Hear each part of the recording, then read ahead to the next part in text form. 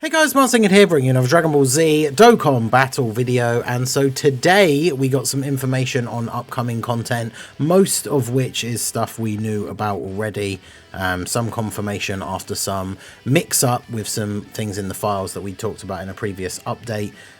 We'll go into that all here. And what does that mean for the future? Is this a clue for what's going to be happening in part 2? It could be completely unrelated. It seems very much the case with what's released so far that there is no set like concrete theme for the, like, I guess I have to stop calling it the Tanabata, right? The Transcendent Dokkan campaign, because Frieza and Gogeta, they lead movie bosses and movie heroes. They're from the Dragon Ball Super Broly movie. So it's like, is the theme the Broly movie? Will part 2 be a Wrathful Broly? Is the theme just movie heroes and like movie bosses, and the part 2 could be something from a completely different movie? The previous Tanabata celebrations, as it's obviously been called, or like the thank you celebration or whatever they decided to call it on Global, has in the past always been like the part 2 character is essentially the character that the part 1 character fought against, right? So going by that general format, we would assume that the part 2 LR is going to be some sort of Broly. However, we got some interesting updates. So we got a new Dragon Ball story. So this event, Lone Warrior's Last Battle, is being revamped into a DB story from a normal story event. So this means it all gets reset. We can replay all the stages, get a bunch of free stones. But this also comes with a couple of extra like upgrades. So we're going to get a Dokkan Awakening for the Int Kid Vegeta, and I will show that unit. This is a super old unit that's literally just like a farmable SR that awakens into an SSR. Doesn't go any higher than that, right? So like doesn't even have like hidden potential or anything like that available yet. So if you have this unit, it is randomly just like an SSR currently. This unit is getting a Dokkan Awakening, which is kind of strange. Like, when we saw after the data download, Proton had posted about it, there was a space in like the event ID for this event that was going to be getting an update, and a lot of us just kind of instantly assumed that that event would be the Dragon Ball Super Broly story event, because obviously that would make sense given the Gogeta and Frieza and the potential overall Dragon Ball Super Broly theme for the celebration. However, it turned out to be this Bardock story event, which seems kind of weird for this to be getting an update now. You also see here the new support memory Bardock and Kakarot will be available as mission rewards. So I'm going to go back and talk about that in a little bit more detail here, but just to mention these other two things quickly. New stage of Extreme Super Battle Road. It's been a while since we got the last one. Stage 72 Dragon Ball Seekers. This should be relatively straightforward. The diamond units are on there, which is pretty cool, but Dragon Ball Seekers is definitely very heavily weighted for like the old DB Saga setups, which can work really well, especially in Super Battle Road with a bunch of the different status effects. So this shouldn't be too difficult. And then of course the intensifying fights, this was announced on the live stream where they showed off the Gogeta and Frieza and a bunch of the different content. Stage 9 will soon be available. No information on who the enemy is or what the gimmick of the stage is. Obviously this is the event where you normally have to fulfill some kind of condition during the first or second phase to then like actually face the proper final boss for the last phase. I've always thought that was a really cool idea and something I would like to see in the harder end game content, because my only complaint as obviously someone who is an end game player, like, these events are normally quite easy, and I would really like to see something like that incorporated into some of the more difficult events where you have to try and achieve a thing throughout that run to face the true final boss, but the event still be quite challenging. But I guess we'll have to see how this one pans out.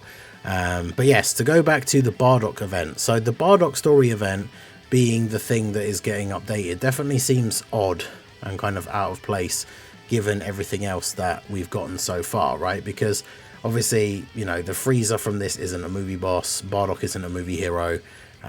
This stage basically just gives you a bunch of medals for awakening, like some free-to-play units. There's that Int Kid Vegeta, there's a farmable free-to-play AGL Frieza, and then the AGL SR Bardock. There's also the Tech Chilled. Like, all of these are just random like SRs that I never really have had much value.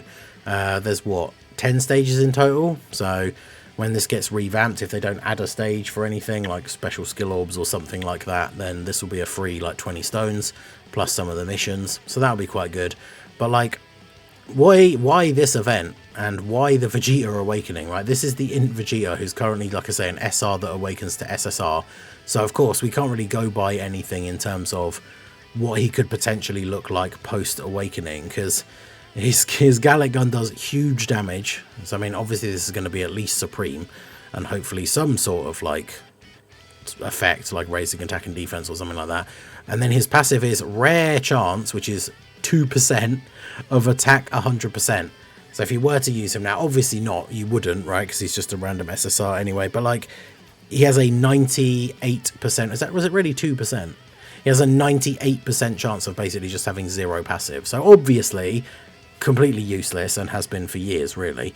But it's interesting to think about the fact that his awakening will of course just be a complete blank slate, because awakenings normally just expand on whatever the unit was doing before, and this guy isn't doing anything. So be kind of interesting to see what this awakening is going to be. But obviously this unit also has nothing to do with Bardock, has nothing to do with the like Bardock's last stand against Frieza. And we know that the other thing that we're getting from that event is the support memory, Bardock and Kakarot. Now, without seeing the data download, which will obviously be tomorrow, the only things that spring to mind is like it's going to be one of two things, right? The support memory is either going to be something similar to the Tech Bardock like intro, like where he has the vision of Goku defeating Frieza. I think there is like a brief bit where they have like a almost like a face-to-face. I don't think they have like a proper conversation or anything. But there's, yeah, like a brief vision that Bardock has of Goku, which could be the Bardock and Kakarot support memory. Or there is obviously the Dragon Ball Super version, which could be a support memory version of like Bardock putting Goku into the pod and then like launching it off into space. Either the DBS version or the Z version, I feel like could be the support memory, because support memories are usually, or at least so far, have been things from the actual show or from the actual movies. I don't think there are any. There's probably one now that I'm just completely forgetting that's like completely made up Dokkan original, which is one of the things that's leading into what I was going to talk about next, and that's obviously I put it in the title and the thumbnail. But I wonder if in any way, because this is something that we've talked about for a very, very long time, will this in any way lead up to the Part 2 LR being Goku and Bardock? Because the Bardock event getting the update and them adding a support memory that is literally Goku and Bardock seems like such a weird, like, it's such weird timing for that. Like, why are they doing that now and not in the future when they release like a new Bardock or something, right? So that getting its update now, it definitely seems like it could be an interesting possibility. Now, obviously, it doesn't really in any real way relate to the unit from Part 1. Obviously, Bardock fought Frieza and died, like back in the day. Goku's fought Frieza. Goku is one half of Gogeta. But, like, those are all circumstantial connections at best, right? They don't really have any real connection to the Part 1 unit. And obviously, if we did get a Goku and Bardock character, they're obviously not a movie hero or a movie boss, so they wouldn't be on the team for the Part 1 unit. Not that that's necessarily an issue, because as I've said before, with the previous Tanabata celebrations, they've been the characters that fight against each other, usually a super and an extreme, although last year was UI Goku and Jiren, and they were both super class. And they're not always on each other's teams because of those specific categories, right? Like Omega released as the Part 2 LR for Full Power Super Saiyan 4 Goku, and his Carnival leader skill was GT bosses, so obviously the Part 1 Goku wasn't on his team, and I don't think he was on the Goku team either. Was Goku's team GT Heroes and was it Full Power? Let me just double check here. So yeah, just because the unit's not related to them in terms of the categories or anything like that, that doesn't really matter. Yeah, it was GT Heroes or Full Power. I'm surprised I remembered that. Omega might actually be on Full Power, now that I think about it. Where's Omega? because then he would be on the team. Yeah, he is. But that doesn't necessarily matter. So, I don't know. I don't think it's enough to say, like, oh, yeah, well, obviously part 2 is going to be Goku and Bardock now. But it does just seem like a really odd timing for them to be updating this event. The Vegeta getting an awakening is just completely random, because obviously he's not a movie hero or a movie boss either. So he's not going to be on the team for the unit that we've already got. So it just seems like a very odd time to be revamping this event when you'd think they could do it at a time when it would actually be related to a new release, like a new Bardock or something, right? And we also, you have to remember, got the EZA for the Fascia at a time where pretty much every one of those Peppy Girls, like Awakenings, the World Tournament Awakenings, apart from like the Kale and Caulifla, these units all seem to come out in this weird slot where they didn't really have like a proper home, like a proper good team. And I said when talking about Fascia, you know, we need like a new Bardock or something to release in order for this unit to actually have a decent home. So I think it would be very interesting to see a part 2 Carnival LR Goku and Bardock, because obviously with the new Carnival LR format that we have, they're only going to have one category, but it's going to be 220%. So the realistic options that I could see for that would be like Goku family, because they're going to be a reversible, well, hopefully they'd be a reversible exchange unit. So they're going to have all the categories that Bardock has, all the categories that Goku has, whether one of them is a Super Saiyan or both, or they're both in base and like there's a transformation animation in there somewhere or something, who knows. But obviously when it comes to units like Fascia and the other low class warriors, like they're not going to be on the team if it's not Pure Saiyans, right? They're not going to be on the team if it's Goku family. I don't think it's going to be low class warrior.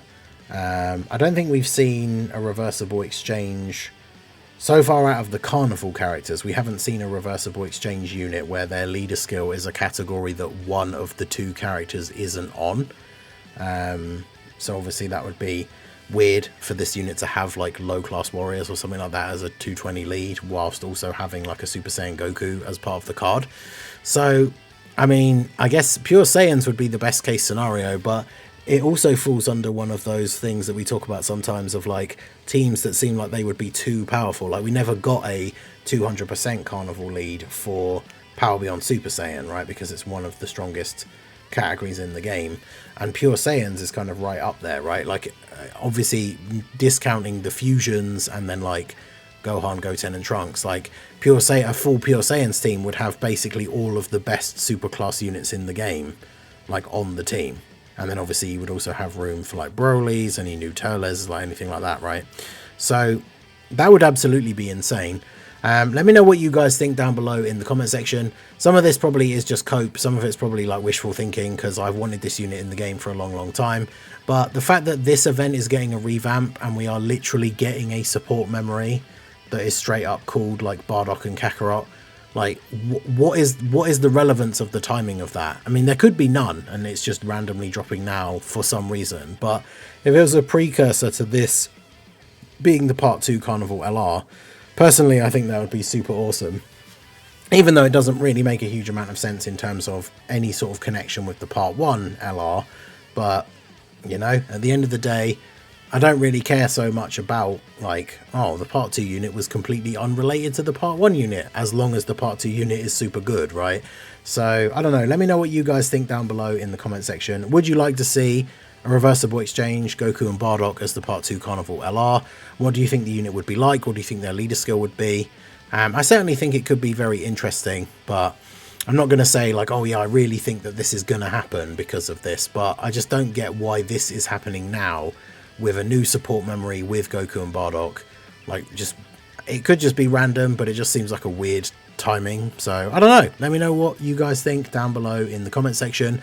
Obviously, if you think there is no chance or very little chance that this will be the part 2 LR, let me know what you guys think the part 2 LR is going to be instead. I'm still very much on the train of wanting a Wrathful Broly, because I've wanted that guy to get another new unit for years now, and it would make sense with the part 1 character that we got. So let me know all your thoughts down below in the comment section. So that is going to be it for the video, guys. This has been the Masked Ningen. Smash that like button, subscribe to the channel if you are new. Check out the links down below, and I will see you all again soon. Have a good one.